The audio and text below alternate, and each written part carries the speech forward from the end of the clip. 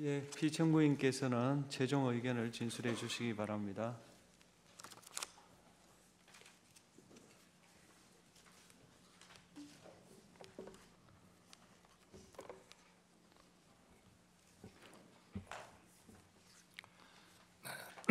존경하는 재판관 여러분, 그리고 사랑하는 국민 여러분, 작년 12월 3일 비상계엄을 선포한 후 84일이 지났습니다. 제 삶에서 가장 힘든 날들이었지만 감사와 성찰의 시간이기도 했습니다. 저 자신을 돌아보면서 그동안 국민들께 과분한 사랑을 받아왔다는 생각이 들었습니다.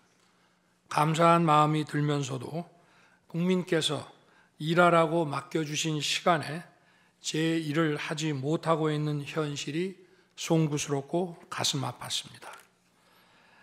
한편으로 많은 국민들께서 여전히 믿어주고 계신 모습에 무거운 책임감도 느꼈습니다. 국민 여러분께 죄송하고 감사하다는 말씀 먼저 드리고 싶습니다. 제가 비상계엄을 선포하고 몇 시간 후 해제했을 때 많은 분들께서 이해를 못하셨습니다. 지금도 어리둥절해 하시는 분들이 있을 겁니다. 계엄이라는 단어에서 연상되는 과거의 부정적 기억도 있을 것입니다. 거대 야당과 내란 공작 세력들은 이런 트라우마를 악용하여 국민을 선동하고 있습니다.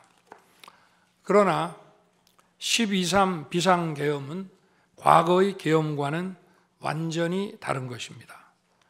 무력으로 국민을 억압하는 계엄이 아니라 계엄의 형식을 빌린 대국민 호소입니다.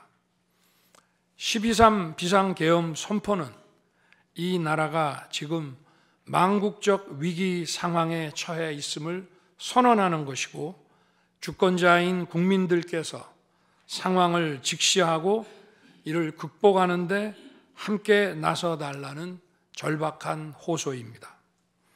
무엇보다 저 자신 윤석열 개인을 위한 선택은 결코 아니었다는 사실을 분명히 말씀드립니다. 저는 이미 권력의 정점인 대통령 자리에 있습니다.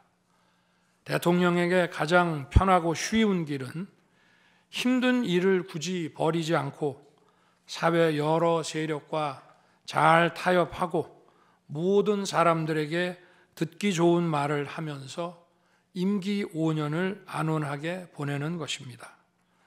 일하겠다는 욕심을 버리면 치열하게 싸울 일도 없고 어려운 선택을 할 일도 없어집니다. 저 개인의 삶만 생각한다면 정치적 반대 세력의 거센 공격을 받을 수 있는 이런 비상계엄을 선택할 이유가 전혀 없습니다. 저는 비상계엄을 결심했을 때 제게 많은 어려움이 닥칠 것을 당연히 예감했습니다. 거대 야당은 제가 독재를 하고 집권 연장을 위해 비상계엄을 했다고 주장합니다. 내란죄를 씌우려는 공작 프레임입니다. 정말 그런 생각이었다면 고작 280명의 실무장도 하지 않은 병력만 투입하도록 했겠습니까? 주말이 아닌 평일에 계엄 선포를 하고 계엄을 선포한 후에 병력을 이동시키도록 했겠습니까? 심판정 증거조사에서 드러난 사실에 의하면 그나마 계엄 해제 요구 결의 이전에 국회에 들어간 병력은 106명에 불과하고 본관에 들어간 병력은 15명입니다. 15명이 유리창을 깨고 들어간 이유도 자신들의 근무 위치가 본관인데 입구를 시민들이 막고 있어서 충돌을 피하기 위해 불 꺼진 창문을 찾아 들어간 것입니다. 또한 국회의 해제 요구 결의가 이루어진 이후에 즉시 모든 병력을 철수했습니다. 투입된 군의 병력이 워낙 소수이다 보니 국회 외곽 경비와 질서 유지는 경찰에 요청했습니다. 경찰은 인근 전장년 집회 대응 경력 300명을 국회 외곽에 보냈습니다. 부상당한 군인들은 있었지만 일반 시민들은 단 한 명의 피해도 없었습니다. 처음부터 저는 국방장관에게 이번 비상계엄의 목적이 대국민 호소용임을 분명히 밝혔습니다. 또한 국회의 계엄 해제 요구가 신속히 뒤따를 것이므로 계엄 상태가 오래가지 않을 것이라고 했습니다. 하지만 그런 내용을 사전에 군 지휘관들에게 그대로 알릴 수는 없었습니다. 그래서 최소한의 병력을 실무장하지 않은 상태로 투입함으로써 군의 임무를 경비와 질서 유지로 확실하게 제한한 것입니다. 많은 병력이 무장 상태로 투입되면 아무리 조심하고 자제하라고 해도 군중과 충돌하기 쉽습니다. 그런 일이 발생하지 않도록 원천 차단한 것이고 실제 결과도 예상대로였습니다. 제가 소수의 병력, 비무장, 경험 있는 장병 이 세 가지를 장관에게 명확히 지시한 이유입니다. 그런데도 거대 야당은 이것을 내란이라고 주장하고 있습니다. 병력 투입 시간이 불과 2시간도 안 되는데 2시간짜리 내란이라는 것이 있습니까? 방송으로 전 세계, 전 국민에게 시작한다고 알리고 국회가 그만두라 한다고 바로 병력을 철수하고 그만두는 그런 내란을 보셨습니까?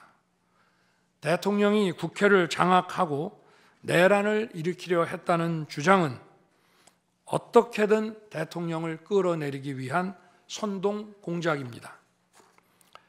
대통령의 법적 권한인 계엄 선포에 따라 계엄 사무를 하고 질서 유지 업무를 담당한 공직자들이 이러한 내란무리 공작에 의해 지금 고초를 겪고 있는 모습을 보고 있으면 가슴이 찢어지는 것 같습니다.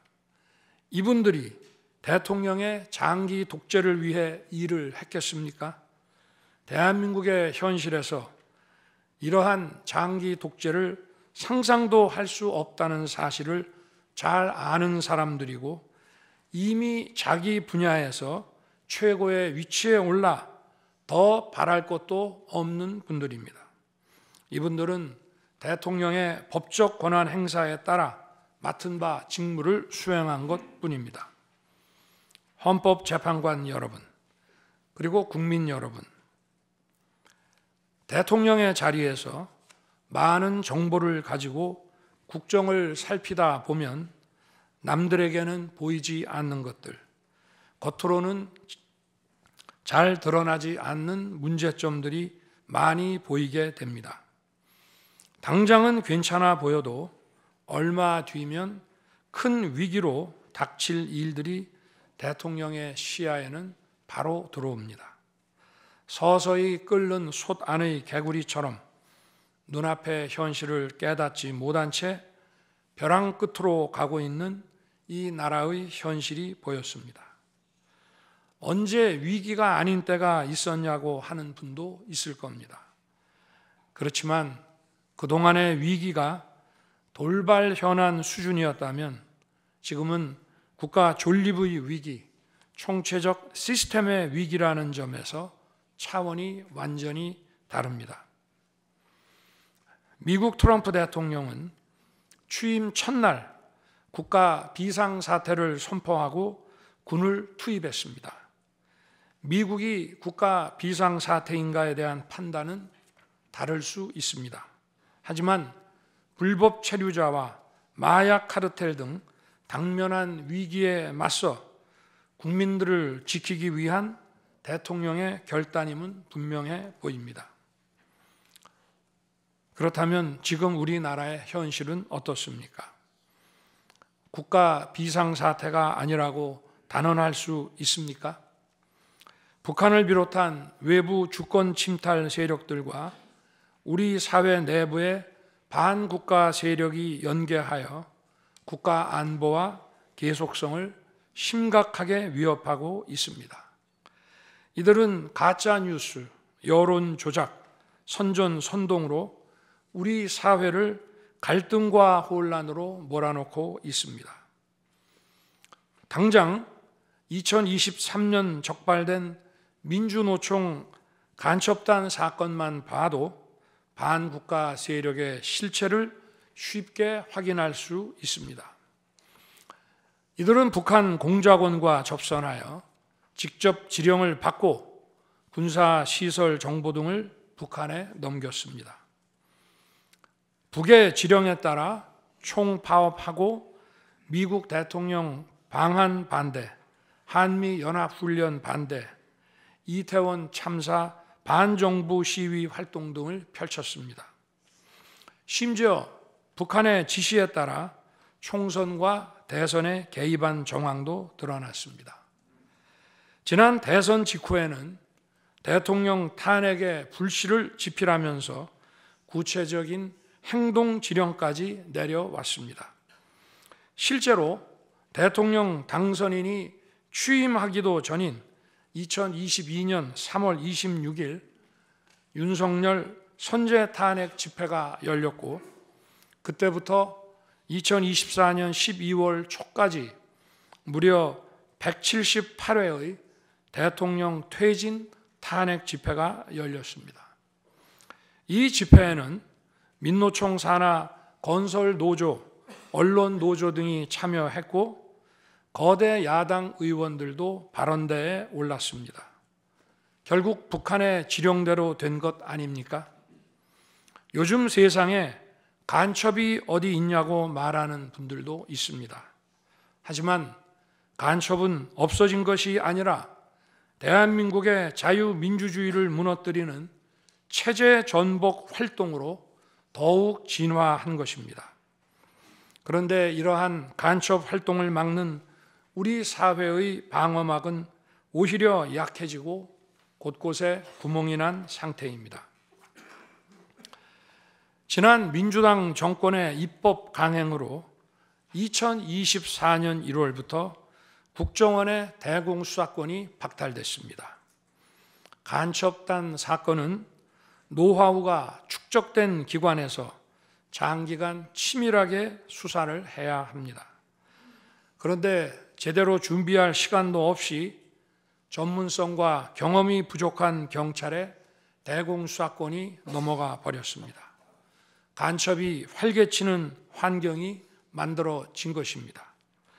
게다가 애써 잡아도 재판이 장기간 방치되는 상황까지 발생하고 있습니다. 현재 재판이 진행 중인 간첩 사건이 민노총 간첩단, 창원 간첩단, 청주 간첩단, 제주 간첩단 등 4건이나 됩니다.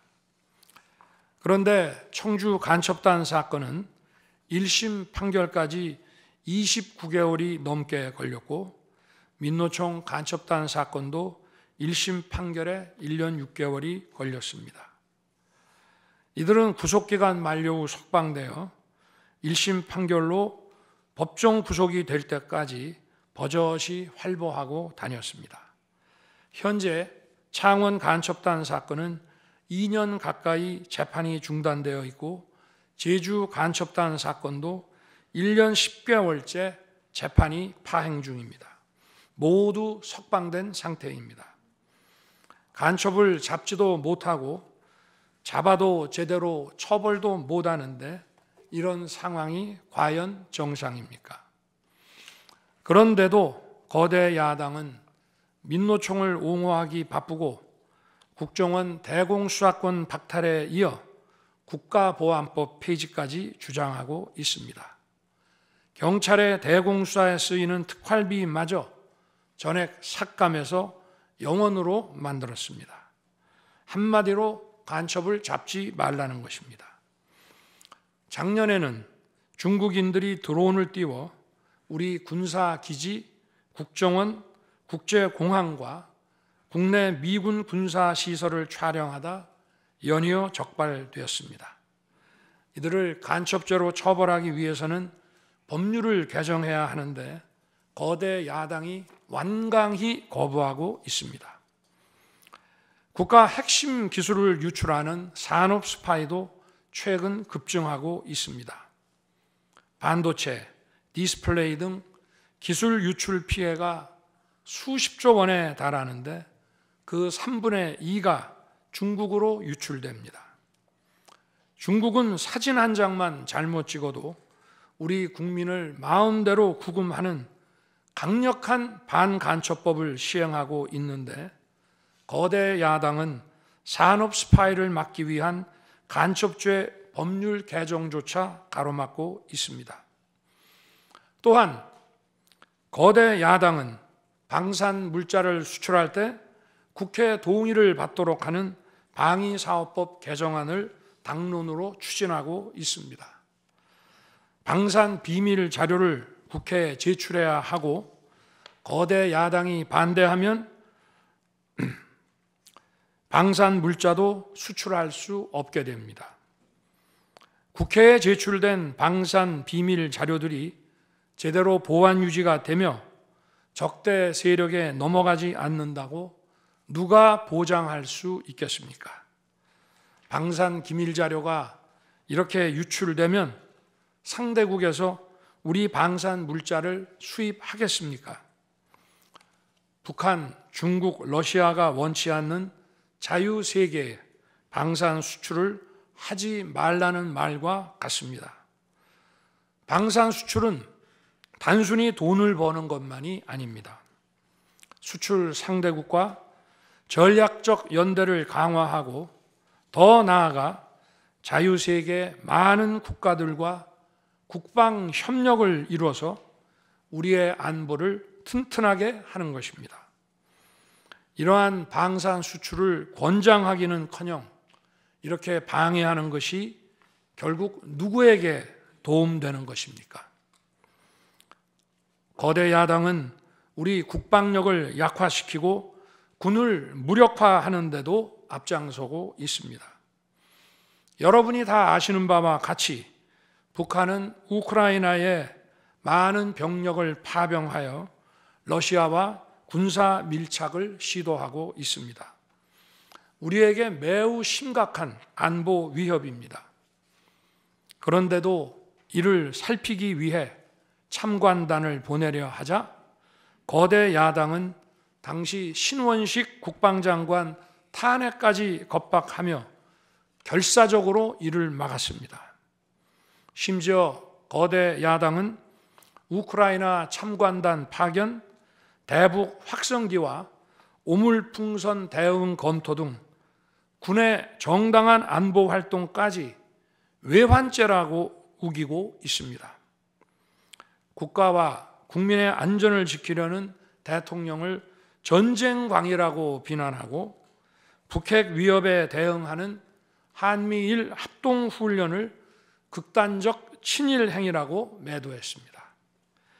1차 대통령 탄핵 소추안에는 북중러를 적대시하는 것이 탄핵 사유라고 명기했습니다.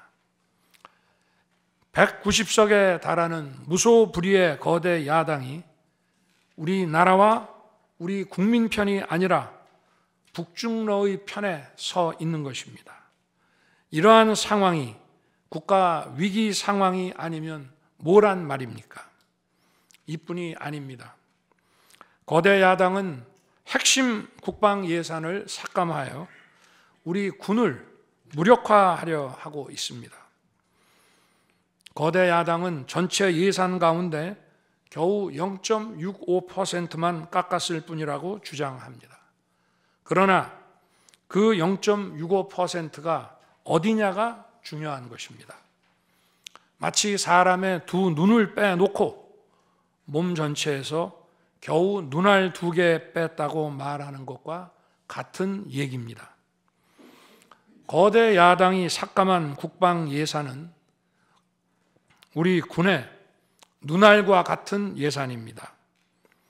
북한 핵과 미사일 기지를 선제 타격하는 키일체인의 핵심인 정찰 자산 예산을 대폭 삭감했습니다. 핵심 전력인 지휘 정찰 사업 예산을 2024년 대비 4,852억 원 감액했고, 전술 데이터링크 시스템 성능 개량 사업은 무려 78%를 삭감했습니다. 우리 국민을 향해 날아오는 미사일을 요격하는 KAMD, 즉 한국형 미사일 방어 체계 구축도 예산 삭감으로 개발이 중단될 위기입니다. 장거리 함대공 유도탄 사업을 위해 예산 119억 5,900만 원을 책정했지만 96%를 삭감하고 5억 원만 남겼습니다. 정밀 유도포탄 연구 개발 사업은 84%를 삭감했습니다. 아무리 주먹이 세도 앞이 보이지 않으면 싸울 수 없듯이 감시 정찰 자산이 없으면 아무리 좋은 무기도 무용지물입니다. 게다가 최근 북한의 드론 공격이 큰 위협으로 대두되고 있습니다. 드론 방어 예산 100억 원 가운데 무려 99억 5,400만 원을 깎아서 사업을 아예 중단시켜버렸습니다. 도대체 누구의 지시를 받아서 이렇게 핵심 예산만 딱딱 골라 삭감했는지 저도 궁금할 지경입니다. 게다가 지난 민주당 정권은 국군 방첩사령부의 수사 요원을 2분의 1가량 대폭 감축하여 군과 방산에 대한 정보 활동과 방첩 활동에 심각한 타격을 주었습니다. 또 과거 간첩 사건과 연루된 인물을 국정원의 주요 핵심 간부로 발령내서 국정원이 방첩기관인지 정보 유출기관인지 모를 조직으로 방치하기도 했습니다. 지난 정부 시절 이런 일을 주도한 인물들이 여전히 거대 야당의 핵심 세력으로서 우리의 안보를 흔들고 있습니다. 우리 정부 들어 국가정보원이 국가안보의 중추기관으로 거듭날 수 있도록 노력하였고 국군 방첩사의 역량 보강을 위해 힘썼습니다마는 아직 문제의 뿌리를 제대로 다 드러내지 못했습니다.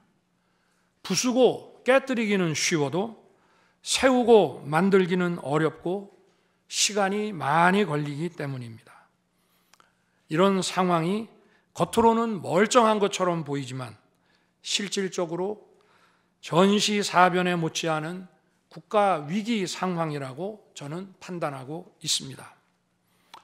거대 야당은 야당에 대한 대통령의 인식을 탓하기 전에 공당으로서 국가에 대한 책임 있는 자세와 신뢰를 보여주는 게 우선이라고 저는 생각합니다. 저는 자유민주주의 헌법 원칙, 국가 안보, 핵심 국익 수호만 함께 한다면 어떤 정치 세력과도 기꺼이 대화하고 타협할 자세가 돼 있는 사람입니다. 나라와 국민을 위한 길에 좌파 우파가 어디 있겠습니까? 하지만 자유를 부정하는 공산주의, 공산당 일당 독재, 유물론에 입각한 전체주의가 다양한 속임수로 우리 대한민국에 스며드는 것은 막아야 합니다.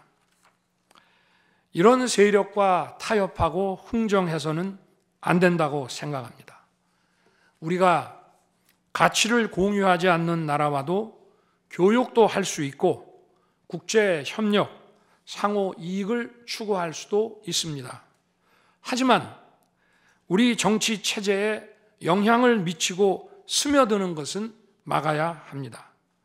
그것이 국방 안보만큼 중요한 정치 안보입니다. 바로 우리의 자유민주주의를 지키는 길입니다. 자유민주주의 국가의 공당이라면 이런 세력을 옹호하고 이런 세력과 손잡는 일은 절대 해서는 안 되는 것입니다. 재판관 여러분, 그리고 국민 여러분, 거대 야당은 제가 취임하기도 전부터 대통령 선제 탄핵을 주장했고 줄탄핵, 입법 폭주, 예산 폭거로 정부의 기능을 마비시켜 왔습니다. 거대 야당은 이러한 폭주까지도 국회의 정당한 권한 행사라고 강변합니다. 그러나 국회의 헌법적 권한은 국민을 위해 쓰라고 부여된 것입니다. 자신들의 정치적 목적을 위해 정부 기능을 마비시키는데 그 권한을 악용한다면 이는 헌정 질서를 붕괴시키는 국헌문란의 다름 아닙니다. 또한 거대 야당은 제가 비상계엄으로 국회의 권능을 마비시키려 했다며 내란몰이를 계속하고 있습니다. 하지만 거대 야당은 제가 대통령에 취임한 이후, 아니 취임하기도 전부터 지금까지 지속적으로 끈질기게 정부의 권능을 마비시켜 왔습니다. 마치 정부를 마비시키는 것이 유일한 목표인 것처럼 국회의 권한을 마구마구 휘둘러 왔습니다.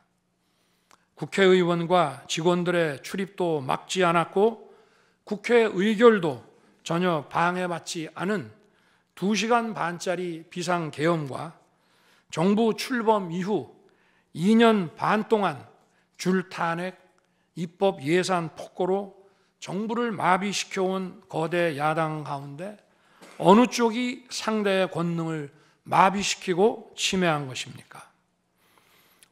거대 야당은 국무위원들은 물론이고 방통위원장, 검사, 감사원장에 이르기까지 탄핵하고 또 탄핵했습니다. 탄핵 사유가 되는지 여부는 전혀 중요하지 않았습니다. 심지어 거대 야당 대표를 노려봤다고 장관을 탄핵하기도 했습니다. 일단 탄핵해서 직무를 정지시켜 놓고 정작 헌재 탄핵 심판에서는 탄핵 사유를 마음대로 변경하는 황당한 일도 반복해 왔습니다. 얼마 전 중앙지검장 등 검사들에 대한 탄핵 심판을 재판관 여러분께서 직접 진행하시지 않았습니까? 기자회견장에서 거짓말을 했다는데 실제로는 그 기자회견장에 나오지도 않았고 국정감사에서 허위 증언을 했다는데 정작 국정감사에 출석하지도 않았습니다. 기본적인 탄핵 사유조차 틀렸는데도 일단 직무부터 정지시키고 보는 것입니다. 이것이 과연 정상적인 일입니까? 거대 야당의 공직자 줄 탄핵은 정부 기능을 마비시키는 차원을 넘어 헌정 질서 붕괴로 치닫고 있습니다. 이태원 참사가 발생하자 거대 야당은 연일 진상규명을 외치면서 참사를 정쟁에 이용했습니다. 급기야 행정안전부 장관을 탄핵했습니다. 당시 북한이 민노총 간첩단에게 보낸 지령문에 이런 내용이 있습니다. 이번 특대형 참사를 계기로 사회 내부에 세월호 참사 진상규명 투쟁과 같은 정세 국면을 조성하는 데 중점을 두고 각계각층의 분노를 최대한 분출시켜라. 거대 야당이 북한 지령을 받은 감첩단과 사실상 똑같은 일을 벌인 것입니다. 이야말로 사회의 갈등과 혼란을 키우는 선동 탄핵이라 할 것입니다. 거대 야당은 자신들의 당대표를 수사하는 검사들도 줄줄이 탄핵하고 서울중앙지검장까지 탄핵했습니다. 검사 탄핵은 그 자체로도 수사 방해이지만 검사 탄핵을 지켜보는 판사들에 대한 겁박이 되기 마련입니다. 야당 대표에 대한 검찰 수사를 막고 야당 대표의 범죄를 심판할 판사들까지 압박하기 위한 방탄 탄핵인 것입니다. 급기야 거대 야당은 지난 정부의 이적 행위를 감사하던 감사원장까지 탄핵했습니다. 거대 야당은 감사원장 탄핵 소추안에 사드 정식 배치 고의 지연 의혹 감사를 탄핵 사유로 포함시켰습니다. 이 사건은 지난 민주당 정부의 안보라인 고위직 인사 4명이 주한 중국 대사관 무관에게 사드 배치 작전명, 작전 일시, 작전 내용 등 국가 기밀 정보를 넘겨준 간첩 사건입니다. 감사원은 이를 적발하고 검찰에 수사 의뢰하는 등 감사 조치를 진행하였는데 이것이 탄핵 사유라는 것입니다. 자신들의 간첩 행위를 무마하기 위한 이적 탄핵이 아닐 수 없습니다. 헌법기관인 감사원장에 대한 무차별 탄핵은 그 자체로도 심각한 헌법 파괴 행위이지만 이적 행위까지 탄핵으로 덮는 것을 보며 이야말로 자유민주주의를 무너뜨리는 망국적 위기 상황이라고 판단한 것입니다. 또 한편 정부 각 부처들은 국민의 세금으로 엄청난 규모의 예산을 사용 집행하고 있습니다. 수많은 산하 기관도 거느리고 있습니다. 그런데 이런 부처의 수장들을 탄핵 소추로 직무정지시켜 그 부처의 기능을 마비시키거나 심각하게 저해한다면 기회 비용과 재정적 측면에서도 국가와 국민에 얼마나 막대한 경제적 피해를 입히는 것이 되겠습니까?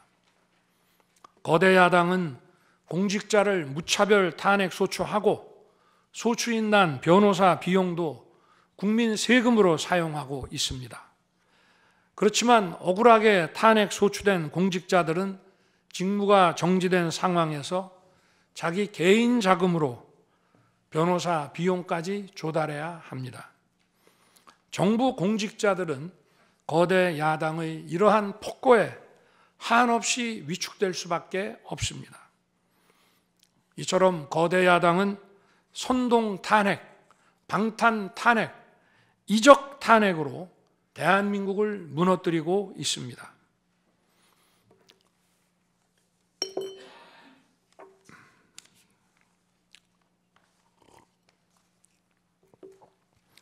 우리나라 선거 가운데 대통령 선거가 기간도 가장 길고 국민적 관심도 가장 큽니다. 그만큼 직선 대통령의 민주적 정당성은 다른 선출직 공직자에 비해 그 무게가 다릅니다. 과거 우리나라 민주화 운동은 한마디로 대통령 직선제 확보였다고 해도 과언이 아닙니다. 그런데 거대 야당은 대선이 끝나자마자 동조 세력과 연대하여 아직 취임도 하지 않은 대통령 당선인을 상대로 선제 탄핵과 퇴진 운동을 벌이기 시작했고 지난 2년 반 동안 오로지 대통령 끌어내리기를 목표로 정부 공직자 줄탄핵 그리고 입법과 예산 폭거를 계속해 왔습니다. 헌법이 정한 정당한 견제와 균형이 아니라 민주적 정당성의 상징인 직선 대통령 끌어내리기 공작을 그야말로 쉼없이 해온 것입니다.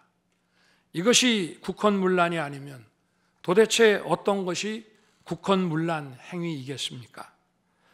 뿐만 아니라 거대 야당의 이런 지속적 국헌문란 행위는 국가 정체성과 대외 관계에 있어서 자유민주주의 헌법 정신과 동떨어진 인식에 기반하고 있다고 저는 생각합니다.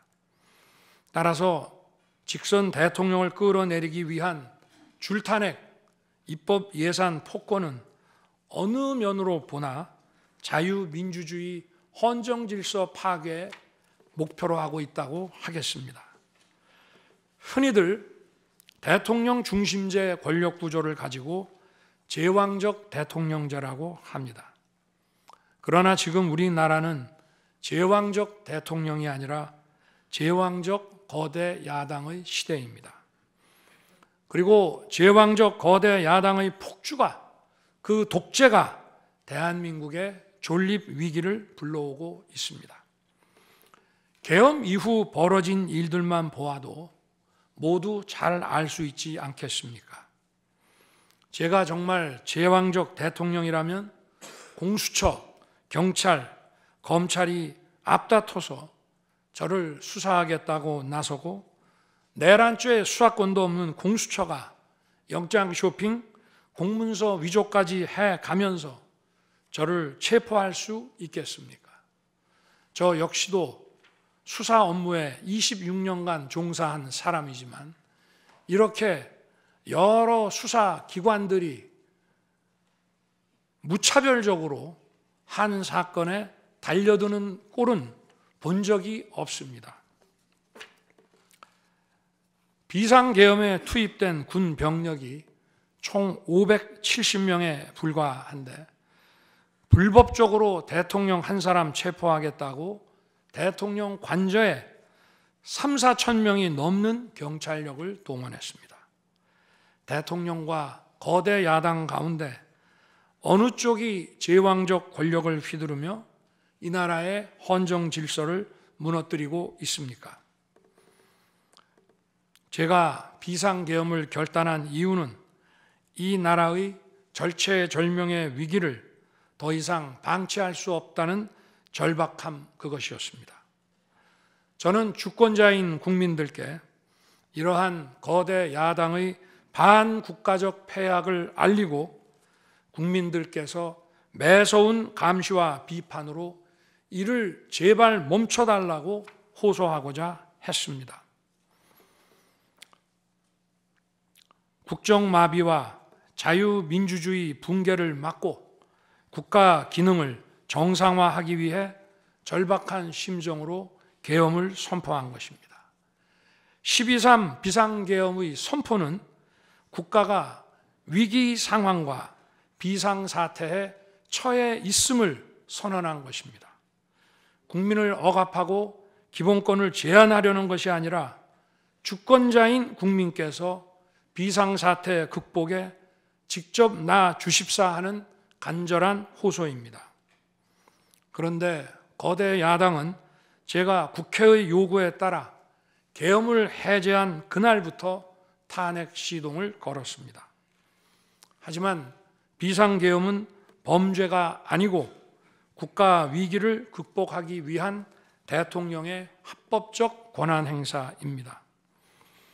저는 긴급 국무회의를 거쳐 방송을 통해 비상계엄을 선포했고 그 과정에서 거대 야당의 국회 독재가 망국적 위기를 초래하였다고 했기 때문에 많은 사람들이 국회로 몰려들 것이었고 계엄 상황에서 질서 유지를 위해 국회에 최소한의 병력을 투입했으며 국회가 해제 요구 결의를 하자 즉각 병력을 철수하고 국무회의를 소집해서 계엄을 해제했습니다.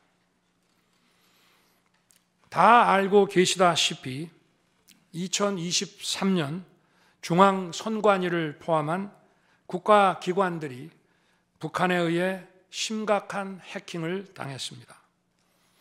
중앙선관위는 이 같은 사실을 국가정보원으로부터 통보받고도 다른 국가기관과 달리 점검에 제대로 응하지 않았습니다.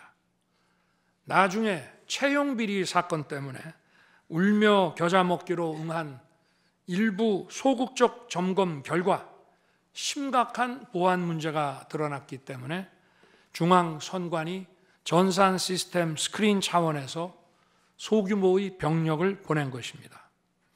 선거의 공정과 직결되는 중앙선관위의 전산 시스템 보안 문제는 우리 자유민주주의 체제의 핵심 공공재이자 공공자산을 지키는 일입니다.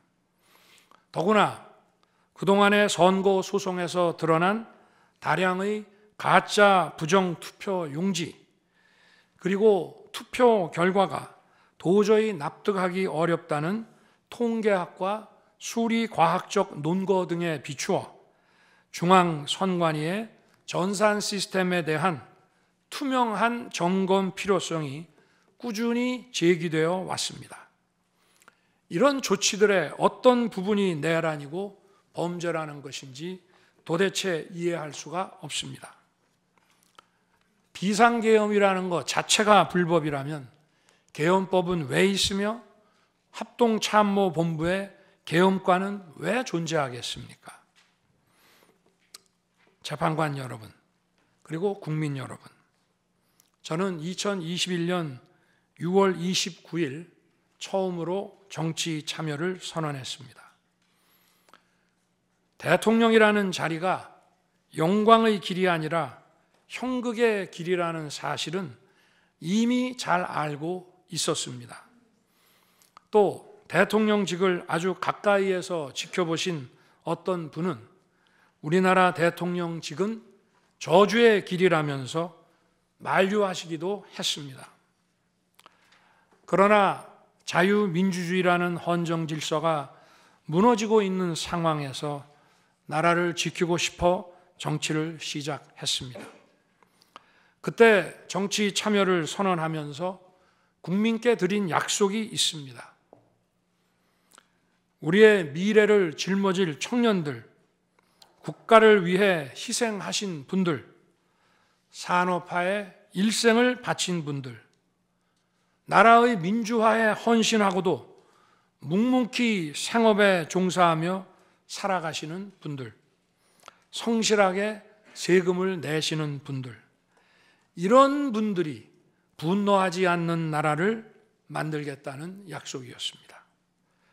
그리고 청년들이 마음껏 뛰는 역동적인 나라, 창의와 자유가 넘치는 혁신의 나라, 약자가 기죽지 않은 따뜻한 나라, 국제사회와 가치를 공유하고 책임을 다하는 나라를 만들겠다고 국민께 약속드렸습니다. 거대 의석과 이권 카르텔이 나라의 주인 노릇을 하는데 맞서 국민들에게 빼앗긴 주권을 되찾아 드리겠다고 약속했습니다. 그날 이후 지금까지 단 한순간도 이 약속을 잊은 적이 없습니다. 국민의 선택을 받아 대통령이 된 후 이 약속을 지키기 위해 쉼없이 노력하고 또 노력했습니다. 무엇 하나 쉬운 일이 없었습니다. 글로벌 복합 위기로 인한 대외 환경의 어려움이 계속됐습니다. 지난 민주당 정부의 잘못된 소주성 정책과 부동산 정책은 우리 경제와 민생의 문제를 풀어가는데 계속 발목을 잡았습니다. 하지만 어떤 문제라도 노력하면 풀어낼 수 있다고 믿었고 실제로 우리 기업, 우리 국민과 함께 뛰면서 하나하나 문제를 해결할 수 있었습니다. 기쁘고 보람 있는 일도 많았고 부족하고 아쉬운 일도 있었습니다. 무엇보다 국가 안보와 국민 안전을 지키는 제복 입은 공직자에 대한 처우 개선 추진이 보람된 일이었습니다.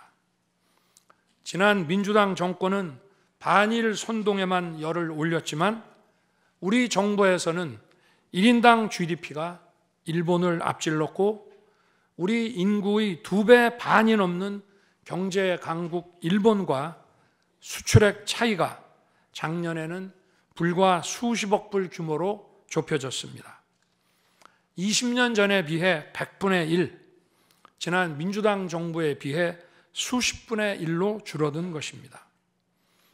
또 작년에 30번이나 열었던 전국 순회 민생 토론회 기억이 많이 납니다. 국민의 어려움을 직접 듣고 많은 일을 현장에서 해결해 드리면서 국민과 같이 웃기도 했고 같이 울기도 했습니다.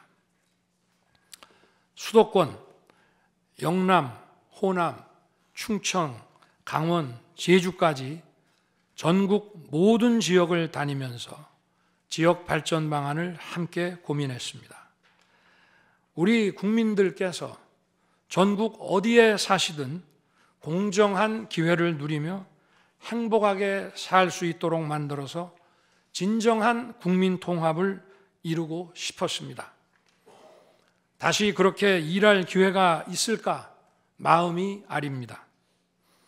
1박 4일의 살인적 일정으로 미국에 가서 한미일 캠프 데이비드 선언을 발표했을 때는 보람이 컸고 정말 마음이 든든했습니다.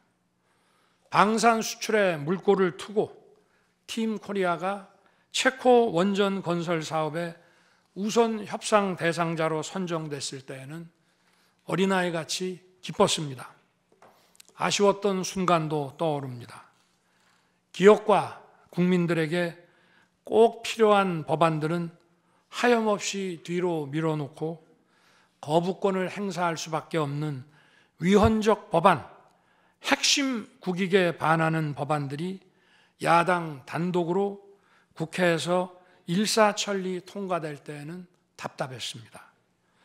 국방, 치안, 민생을 위해 꼭 필요한 아킬레스건 예산들이 삭감됐을 때에는 막막했습니다.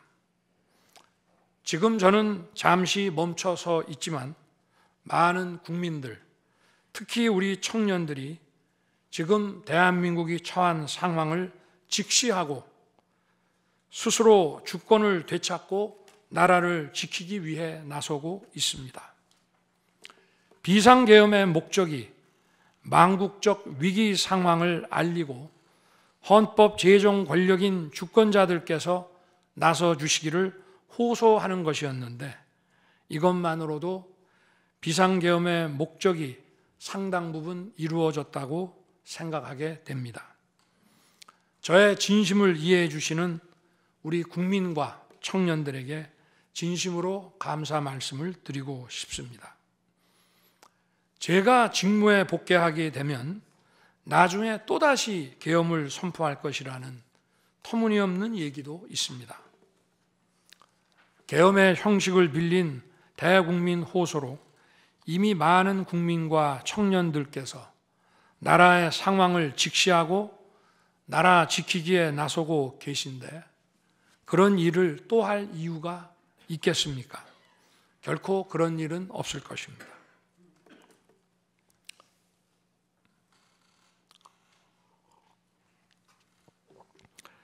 헌법재판관 여러분, 그동안 심판정에서 다루어진 쟁점들 가운데 두 가지에 대해서만 간략히 말씀드리겠습니다. 세세한 사실관계를 언급하기보다 상식선에서 간단히 말씀드리겠습니다. 우선 제가 국회의원을 체포하거나 본회의장에서 끌어내라고 했다는 것입니다. 정말 터무니없는 얘기입니다. 상식적으로 이렇게 해서 도대체 뭘 어떻게 하겠습니까? 의원들을 체포하고 끌어내서 계엄 해제를 늦추거나 막는다 한들 방송으로 온 국민과 전 세계가 지켜보고 있는데 그 다음에 뭘 어떻게 하겠습니까? 계엄 당일 국회의장의 발언대로 국회는 어디서든 본회의를 열어 계엄 해제를 의결할 수 있습니다. 영화나 소설에 나오기도 하지만 현실적으로 이런 일을 하려면 군으로 국가를 완전히 장악하는 계획과 정치 프로그램을 미리 가지고 있어야 합니다. 그런데 실제 상황이 어땠습니까? 계엄 사무를 담당할 주요 지휘관들이 계엄 직전에 어디에 있었는지 이 심판정에서 다 드러났습니다. 장관 재가를 받아 지방 휴가를 가거나 부부 동반 만찬, 간부 만찬 회식을 하다가 대통령의 계엄 선포 직후에야 국방장관으로부터 업무 지시를 받았습니다. 준비된 치밀한 작전 계획이나 지침이 없었기 때문에 혼선과 허술함도 있었습니다. 국방장관이나 지휘관들이나 경험이 풍부한 군사 전문가들인데 이들이 왜 이랬겠습니까? 12.3 계엄 선포는 계엄의 형식을 빌린 대국민 호소이고 과거 계엄과는 다른 것이었기 때문입니다.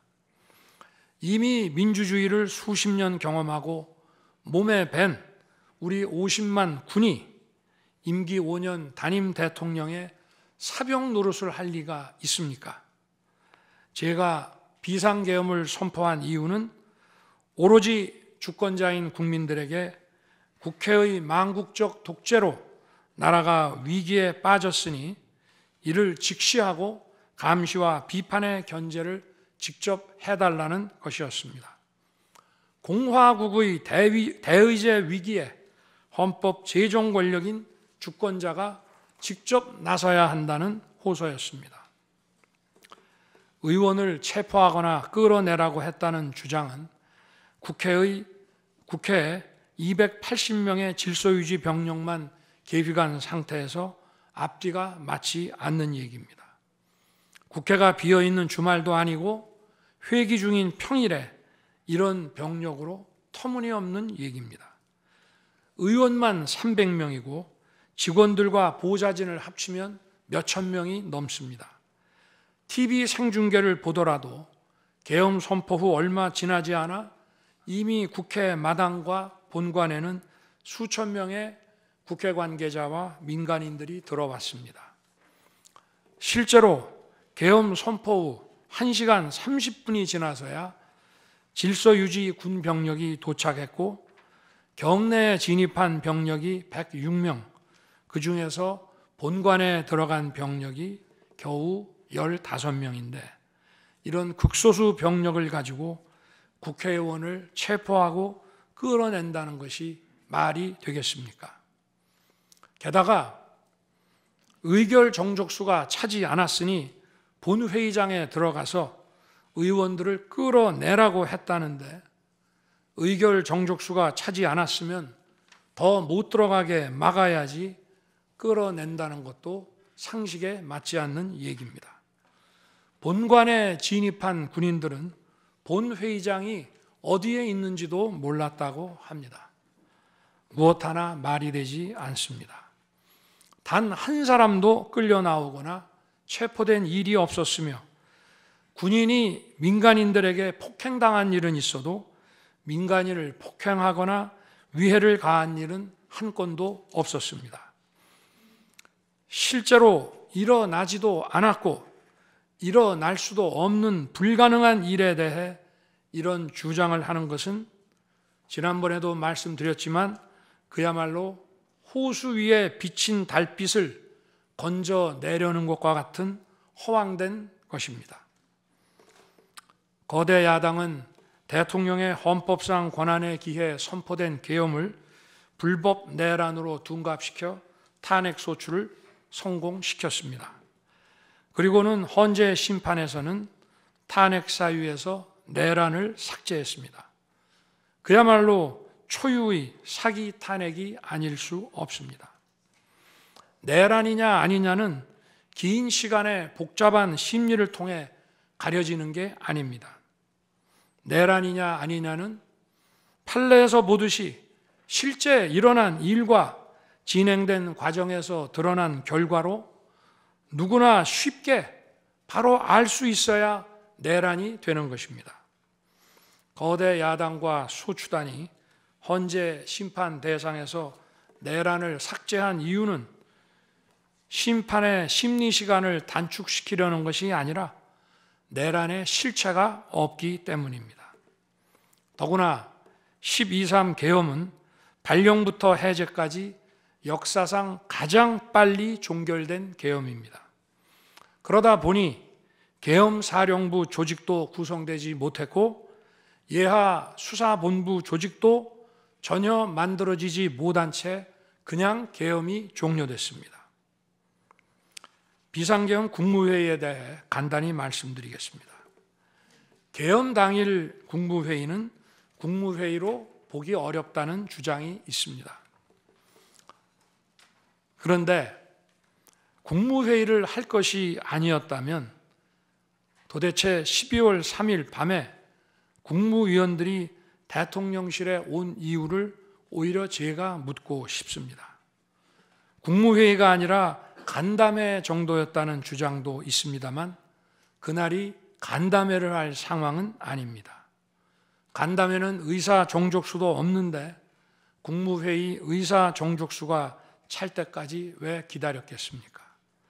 당일 저녁 8시 반부터 국무위원들이 차례로 오기 시작했고 저는 비상계엄에 대해 설명하고 국방장관은 계엄의 개요가 기재된 비상계엄 선포문을 나눠줬습니다. 국무위원들은 경제적, 외교적으로 어려움이 있다고 우려했고 저는 대통령으로서 각 부처를 관장하는 국무위원들의 생각과 다른 생각을 가지고 있으며 국가가 비상 상황이고 비상한 조치가 필요함을 설명했습니다.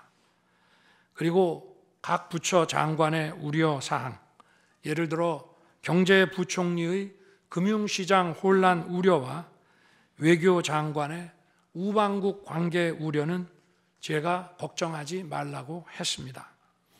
국무위원들이 과거의 계엄을 연상하고 있는 상황에서 저는 그냥 걱정하지 말라고 할 수밖에 없었습니다. 의사 정족수 충족 이후 국무회의 시간은 5분이었지만 그 이전에 충분히 논의를 한 것입니다. 다음 날 새벽 해제 국무회의는 소요 시간이 단 1분이었습니다. 실제 정례 주례 국무회의 경우에도 모두와 마무리 발언 등을 하고 많은 안건을 다루기 때문에 1시간가량 걸리지만 개별 안건의 심의 시간은 극히 짧습니다. 또한 비상계엄을 위한 국무회의를 정례 주례 국무회의처럼 하기는 어렵습니다. 보안 유지가 중요하고 그렇게 해야 혼란도 줄이고 질서 유지 병력도 최소화할 수 있기 때문입니다. 이상민 전 행안부 장관은 지난 심판정에서 그동안 국무회의를 100여 차례 참석했지만 이번 국무회의처럼 실질적으로 열띤 토론이나 의사 전달이 있었던 것은 처음이라고 했습니다. 국무회의 배석을 위해 비서실장과 안보실장도 통상처럼 대통령실로 나오도록 했고 국가 안보의 문제이기도 해서 국정원장도 참석시켰습니다. 1993년 8월 13일 김영삼 대통령께서 긴급 재정경제명령으로 금융실명제를 발표했을 때도 국무위원들은 소집 직전까지 발표한다는 사실 자체를 몰랐고 국무회의록도 사후에 작성됐습니다.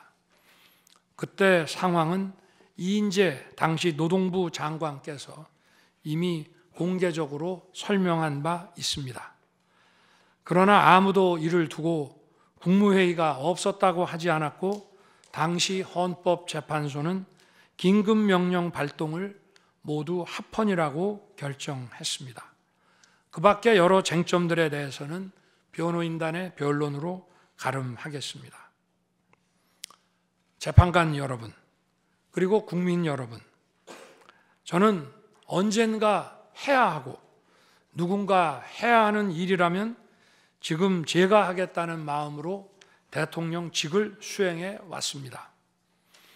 그래서 임기 전반부 동안 역대 정부들이 표를 잃을까 봐 하지 못했던 교육, 노동, 연금의 3대 개혁을 중심으로 국정개혁 과제를 과감하게 추진했습니다. 30년 동안 지지부진했던 유보 통합의 첫걸음을 떼었고 늘봄 학교와 융복합 고등교육 그리고 지역 산업과의 연계 강화를 위한 과감한 권한 이전 등 교육개혁의 기틀을 마련했습니다. 노사 법치의 틀을 새롭게 세우고 4차 산업혁명 시대에 적응하기 위한 노동 유연화와 노동 보호의 개혁 물꼬도 텄습니다. 국가적 난제였던 연금 개혁도 역대 정부 최초로 방대한 수리 분석과 신층 여론조사를 진행하였고 수용성이 높은 방안을 만들어 국회에 제출했습니다. 대통령 임기 초반에는 국민과 유권자에게 선거 때 약속한 공약과 국정과제의 실천, 또 민생에 영향이 큰 사회개혁의 추진이 우선이기 때문에 이러한 스케줄에 맞춰 일해 온 것입니다. 어느 정권이나 임기 초기에는 선거 공약과 국정과제 이행이 우선이므로 정치개혁에는 신경 쓸 여력이 없습니다. 그러다가 전직 대통령들의 5년 임기가 금방 다 지나갔고 변화된 시대에 맞지 않는 87 체제가 여전히 유지되고 있습니다. 정치가 국민을 불편하게 만들고 나라의 발전을 가로막고 있습니다. 또 국가의 미래를 결정하는 일에 미래의 주역인 청년들이 참여할 수 있도록 정치와 행정의 문턱이 더 낮춰져야 합니다. 제가 직무에 복귀하게 된다면 먼저 87 체제를 우리 몸에 맞추고 미래 세대에게 제대로 된 나라를 물려주기 위한 개헌과 정치개혁의 추진에 후반부를 집중하려고 합니다.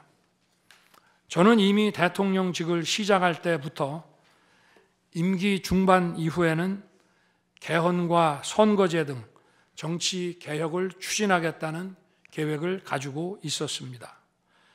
현직 대통령의 희생과 결단 없이는 개헌과 정치 개혁을 할 수 없습니다. 그래서 내가 이것을 해내자고 생각했던 것입니다. 저는 여러 전직 대통령들이 후보 시절 공약하고도 이행하지 못한 청와대 국민 반환도 당선 직후 즉시 추진하고 이행한 바 있습니다. 자녀 임기에 연연해하지 않고 개헌과 정치 개혁을 마지막 사명으로 생각하여 87 체제 개선에 최선을 다하고 싶습니다. 개헌과 정치 개혁 과정에서 국민 통합을 이루는 데도 노력을 다할 것입니다. 결국 국민 통합은 헌법과 헌법 가치를 통해 이루어지는 만큼 개헌과 정치 개혁이 올바르게 추진된다면 그 과정에서 갈라지고 분열된 국민들이 통합될 것이라고 믿습니다. 그렇게 되면 현행 헌법상 자녀 임기에 연연해야 할 이유가 없고 오히려 제게는 크나큰 영광이라고 생각합니다. 그리고 국정 업무에 대해서는 급변하는 국제 정세와 글로벌 복합 위기 상황을 감안하여 대통령은 대외 관계에 치중하고 국내 문제는 총리에게 대폭 위임할 생각입니다. 우리 경제는 다른 어느 나라보다 대외 의존도가 높습니다. 특히 미 트럼프 행정부 출범 이후 국제 질서의 급변과 글로벌 경제 안보의 불확실성에 크게 영향을 받을 수밖에 없습니다. 지금 우리가 국가 노선을 어떻게 선택하느냐에 따라 이 위기가 기회가 될 수도 있고 돌이킬 수 없는 재앙을 맞을 수도 있습니다. 글로벌 중추 외교 기조로 역대 가장 강력한 한미 동맹을 구축하고 한미일 협력을 이끌어낸 경험으로 대외 관계에서 국익을 지키는 일에 매진하고 싶습니다. 임기 전반기에도 지방시다위원회와 국민통합위원회를 통해 지역별, 세대별, 계층별 통합을 위해 노력해 왔지만 앞으로도 국민을 하나로 묶고 국가 전체 시너지를 올리는 국민 통합에 더욱 노력할 것입니다. 존경하는 헌법재판관 여러분, 먼저 촉박한 일정의 탄핵 심판이었지만 충실한 심리에 애써주신 재판관님들께 깊이 감사드립니다.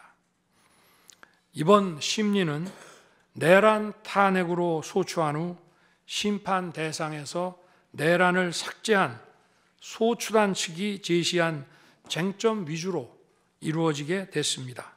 그러다 보니 제가 12.3 비상계엄을 선포한 이유와 그 불가피성에 대해서는 충분히 설명드릴 기회가 부족했다고 생각합니다. 서면으로 성실하게 관련 자료를 제출하였으니 대통령으로서 고뇌의 결단을 한 이유를 깊이 생각해 주시기 바랍니다.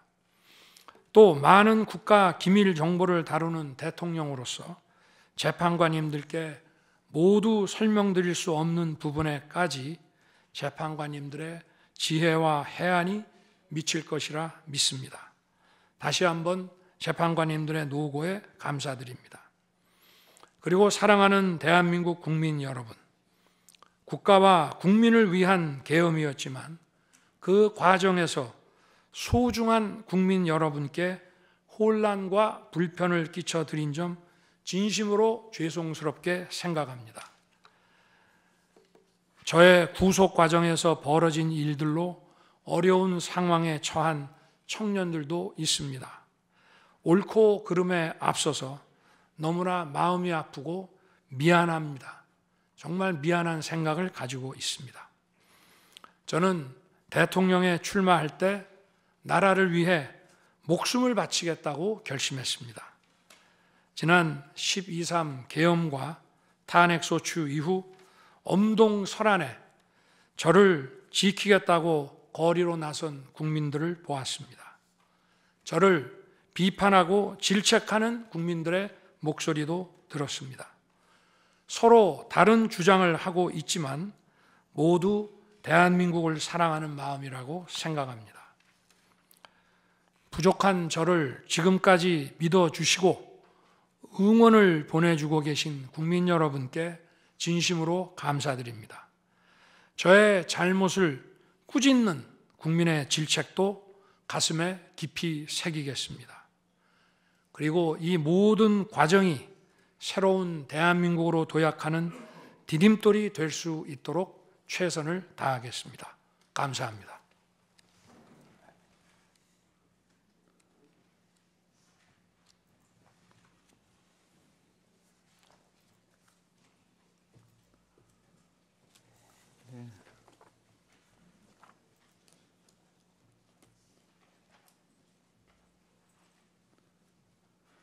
이것으로 변론을 종결하겠습니다. 변론 절차가 원만히 종결되도록 협력해 주신 청구인 소추위원과 피청구인 본인께 감사드립니다. 아울러 양측 대리인, 언론인들께도 감사드립니다. 선고기일은 재판부 평의를 거쳐 추후 고지해 드리겠습니다. 이상입니다.